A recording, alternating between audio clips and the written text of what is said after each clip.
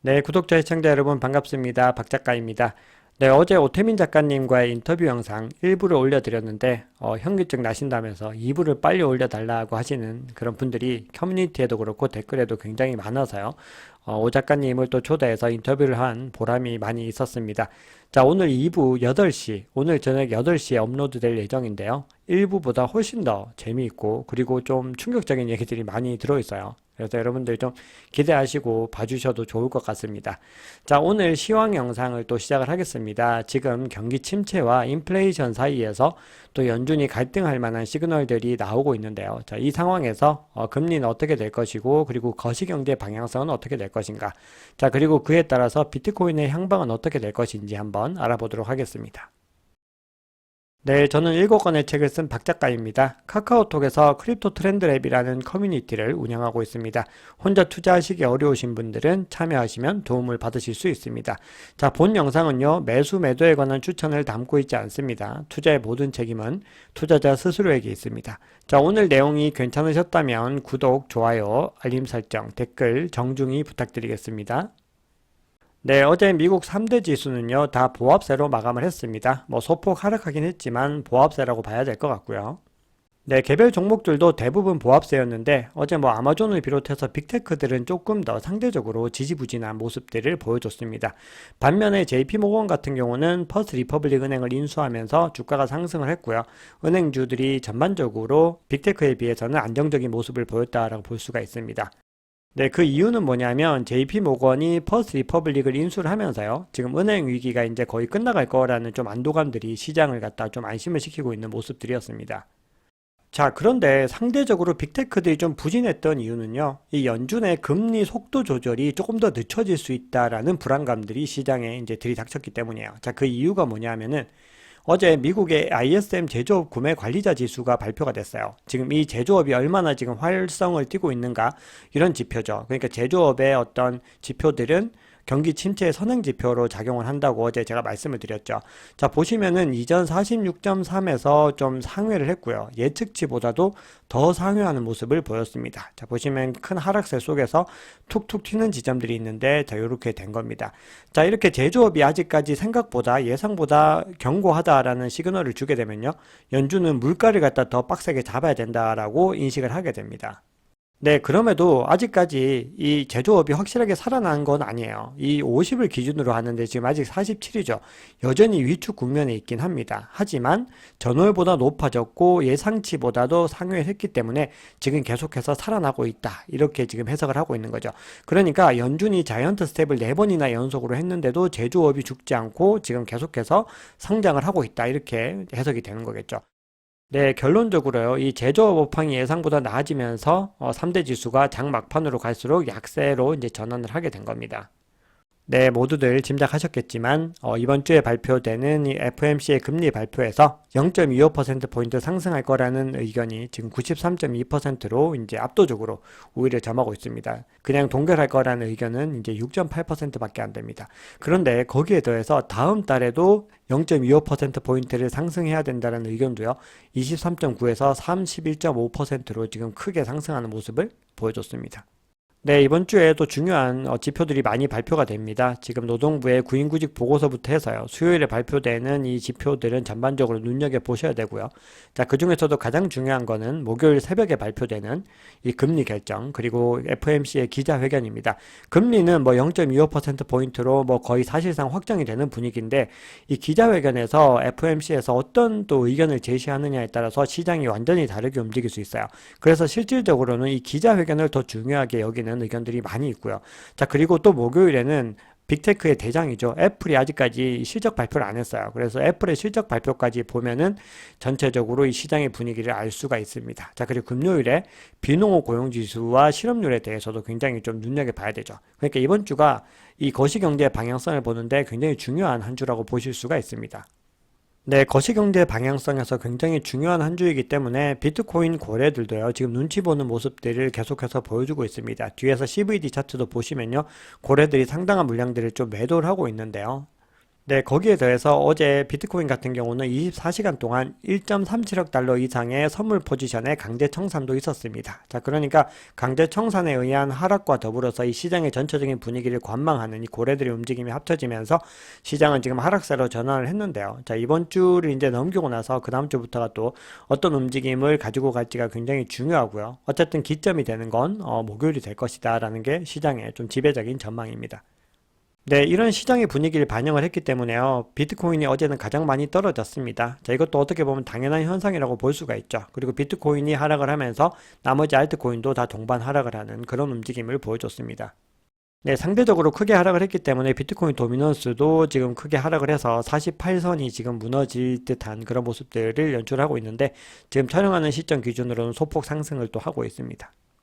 네, 투심도요. 어제 63에서 55로 8계단 한 번에 하락을 했고요. 자, 그렇지만 여전히 단계적으로 봤을 때 이 그리드의 어떤 레벨들을 유지를 하고 있다라고 지금 나오고 있습니다.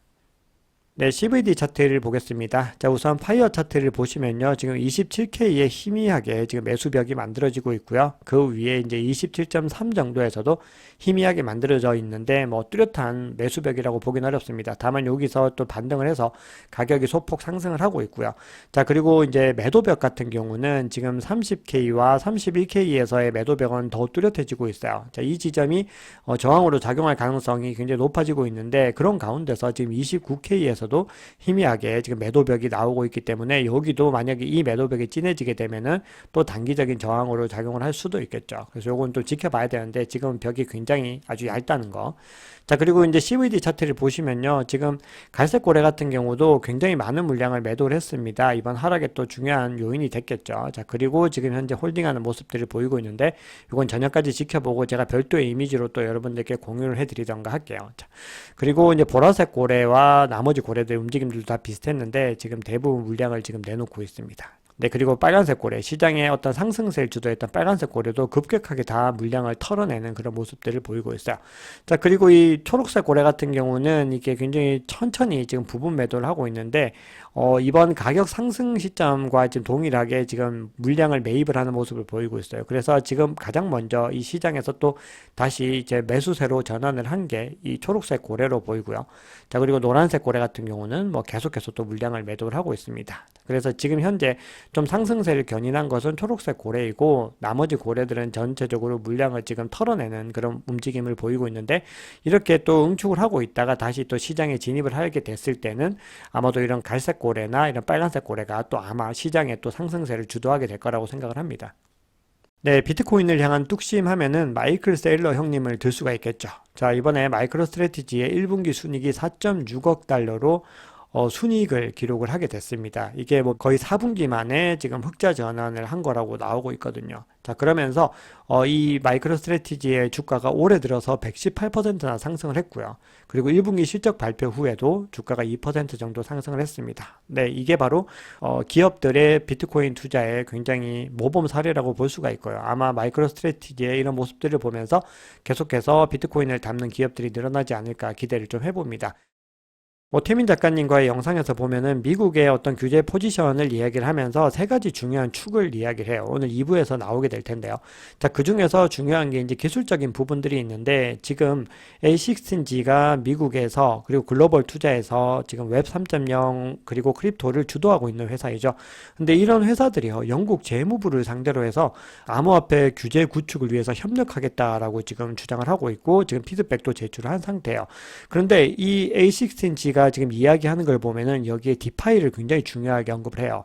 디파이의 경우 C파이와 유사할 수 있지만 구조상의 특징이 있기 때문에 일률적인 접근 방식으로는 안 되고 딱 디파이에 맞춘 맞춤형 규제 프레임워크가 필요하다 이렇게 주장을 하고 있습니다. 지금 SEC가 그냥 예전에 증권법을 가지고서 지금 가상자산의 모든 것을 규제하려고 하고 있고 거기에 디파이도 포함하려고 하고 있는데 이런 미국을 대표하는 크립토 VC들이 정면으로 지금 거기에 반박을 하면서 행동에 나서고 있는 거거든요. 이게 바로 어떻게 보면 이 세 가지 축 중에서 기술적인 축에서 어떤 진보적이고 굉장히 혁신적인 움직임이라고 볼 수가 있어요. 그래서 미국이 아무리 이 지금 시장을 짓밟으려고 하고 글로벌 규제안이 만들어지더라도 이 시장을 또 더 발전시키려고 하는 이런 사람들이 있기 때문에 계속해서 발전하게 된다라는 그런 논리로 해석을 할 수가 있습니다. 네, 창펑자오 지금 바이낸스 CEO가요. 지금 홍콩이 중국 암호화폐 개방에 시험장 역할을 하는 게 맞다. 이렇게 얘기를 해주고 있습니다. 그러면서 이거는 굉장히 현명한 조치이다. 이렇게 주장을 하는데요. 요즘에 계속해서 블룸버그가 바이낸스가 지금 중국과 연결고리가 있다라고 얘기를 하고 있어요. 지금 창펑자오는 부인을 하고 있는데 또 이런 주장을 한다라고 하는 거는 그 블룸버그의 논리에 조금 더 가까울 수 있다라는 생각이 들었고요.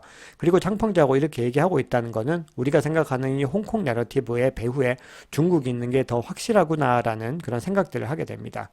네, 창펑자오가 또 우리가 생각하고 있는 일반적인 내러티브와는 또 반대의 얘기도 해주고 있어요. 뭐라고 얘기를 하냐면은 은행 시스템이 안정되어야 암호화폐에 긍정적이다. 그러면서 업계 협력을 촉구한다라고 얘기를 합니다. 네, 이 부분도 동의할 수 있는 내용입니다. 왜냐하면은 결국은 암호화폐도 자산이기 때문에 유동성을 공급받는 일이 굉장히 중요하거든요. 그래서 은행 시스템이 더 안정적이어야지 암호화폐를 더 쉽게 사용할 수 있는 환경을 조성할 수가 있는 거고, 그래야지만이 여기에 더 많은 유동성이 결국은 공급되는 거거든요. 자, 이렇게 해석할 수 있을 것 같아요. 결국은 비트코인은 양면적인 기능을 다 가지고 있는 자산입니다. 리스크를 해지할 수 있는 자산이기도 하지만 혁신을 통해서 계속해서 유동성을 공급받아서 가치가 상승하는 자산이기도 합니다. 그렇기 때문에 비트코인이 매력적인 거죠. 그래서 단기적으로 은행 위기가 발생하면은 그 도피처로서 비트코인이 부각될 수 있지만 만약에 은행 위기가 지속되게 되면은 유동성의 씨가 마르기 때문에 비트코인도 위험해질 수 있겠죠. 그래서 결국은 장기적인 관점과 단기적인 관점을 다 이제 봐야 되는 그런 부분이라고 볼 수가 있습니다. 네, 이런 여러 가지 상황들 속에서요, 미국의 상황이 녹록지는 않습니다. 자, 이번에 퍼스트 리퍼블릭을 JP 모건이 인수했다고 말씀을 드렸죠. 그런데 이 CEO인 제이미 다이먼, 월가의 황제라고 불리는데요. 이렇게 얘기를 했습니다.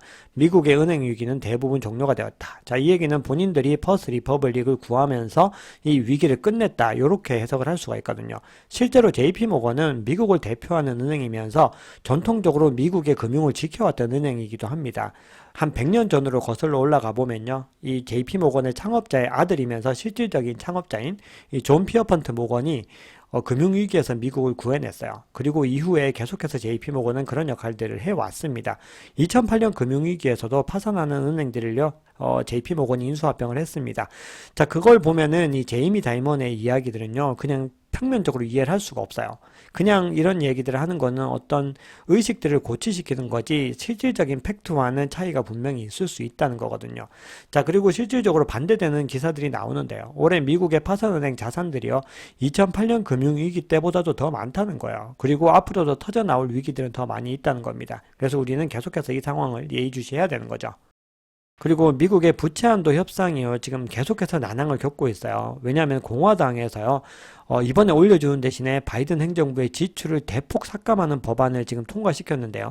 바이든은 이 법안을 받지 않겠다고 주장을 하고 있어요. 근데 공화당은 이걸 받지 않으면은 또 부채 한도 협상을 하지 않겠다고 주장을 하고 있습니다. 그래서 그 시한이 6월 1일 정도로 굉장히 한 달밖에 남지 않았거든요. 지금 미국의 상황이 녹록지 않다, 이렇게 볼 수가 있습니다. 네, 그리고 탈달러에 대한 움직임들은 계속해서 가속화되고 있습니다. 지금 브라질이라든지 러시아 같은 나라들이 대놓고 지금 탈달러를 얘기를 하고 있는데요. 인도에서도 정부 차원에서 얘기는 하지 않았지만 자산가들, 은행가들이 계속해서 이런 얘기를 합니다. 달러는 금융 테러리스트다. 실체에 비해서 권력이 너무 과다하다. 우리가 왜 달러를 써야 되느냐. 이런 얘기들 하고 있어요. 그러니까 결국은 시간이 지나갈수록 달러는 계속해서 조금씩 균열이 일어날 수밖에 없다라는 겁니다. 네, 이런 상황에서 지금 크립토를 지금 도입하는 국가들은 계속해서 늘어나고 있어요. 제가 어제 부탄에서 지금 비트코인 채굴을 한다고 말씀을 드렸습니다. 자, 이번에는 러시아입니다. 러시아의 재무장관이 이렇게 얘기를 하고 있어요. 기본적으로 크립토는 악하다라고 얘기를 합니다. 그래서 투자하는 사람들은 매우 큰 리스크를 감수해야 하지만 그럼에도 암호화폐를 사용하기에 좋은 케이스들이 있다는 거예요. 그러면서 대외 무역 거래에서 암호화폐를 사용할 수 있도록 허용하겠다라고 얘기를 합니다. 자, 이 얘기는 지금 달러 중심으로 이루어져 있는 국제 무역, 국제 금융 시스템에서 비트코인이 개입할 수 있는 영역이 많아진다라는 의미로 볼 수가 있습니다. 그리고 러시아는요, 이미 내년 1월부터 비트코인을 비롯해서 암호화폐를 국제 무역 결제에 쓸 수 있도록 합법화하는 방안을 추진을 하고 있습니다. 네, 그리고 미국의 기업들도요, 절대로 지금 SEC에 그냥 휘둘리지가 않습니다. 자, 이런 얘기를 합니다. 친리플 변호사죠. 존 디튼이 코인베이스의 이 리플 상패는 SEC 압박이 있었을 것이다. 또 이렇게 주장을 합니다. 리플이 SEC와 증권 소송을 시작하자마자 가장 먼저 상장 폐지를 한 게 코인베이스거든요. 그러니까 코인베이스는 지금까지 SEC와 굉장히 밀접하게 협조를 해왔고 SEC의 어떤 가이드들을 잘 준수해 왔다는 거예요. 그럼에도 불구하고 이렇게 SEC가 말도 안 되는 규제를 하니까 지금 이제 코인베이스는 물러서지 않는 거예요. 그래서 이번에 코인베이스가 SEC를 상대로 소송을 했고요. 이 소송의 결과가요, 가상자산의 향방에 굉장히 중요한 역할을 하게 될 겁니다.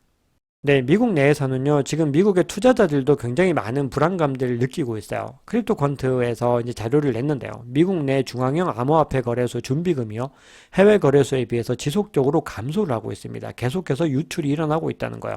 규제 압력으로 인해서 국내 거래소에 대한 미국 투자자들의 믿음이 약화되면서 코인을 외국 거래소로 옮기는 게 지금 선호되고 있어요. 이게 유행처럼 번지고 있다는 거거든요.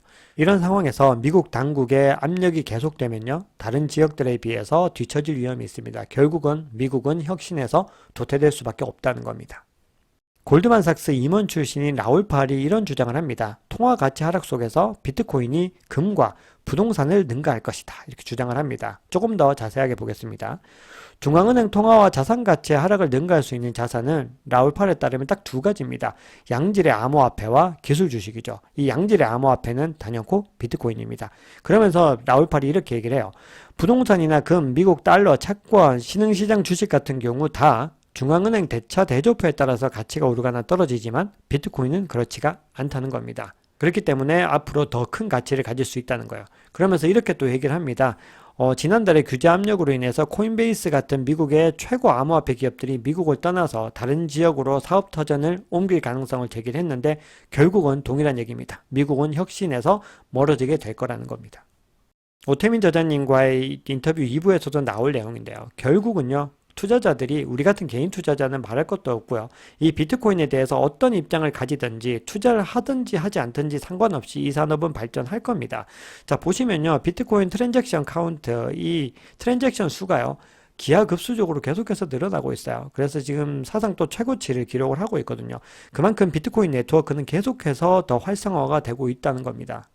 네, 그러면 마지막으로 차트에 대한 관점을 소개해 드리면서 저희 영상을 좀 마무리를 하겠습니다. 자, 이번에도 코인텔레그래프의 라케시 우페드히의 관점을 가장 먼저 가지고 와봤습니다. 자, 1일봉인데요. 네, 보시면은 30K 저항이 굉장히 공격적이라는 거예요. 그러니까 이 선을 넘으려고 하면은 매도세가 막 쏟아진다는 거거든요. 자, 그런데 이 5월 1일에 가격이 많이 하락을 했죠, 어제.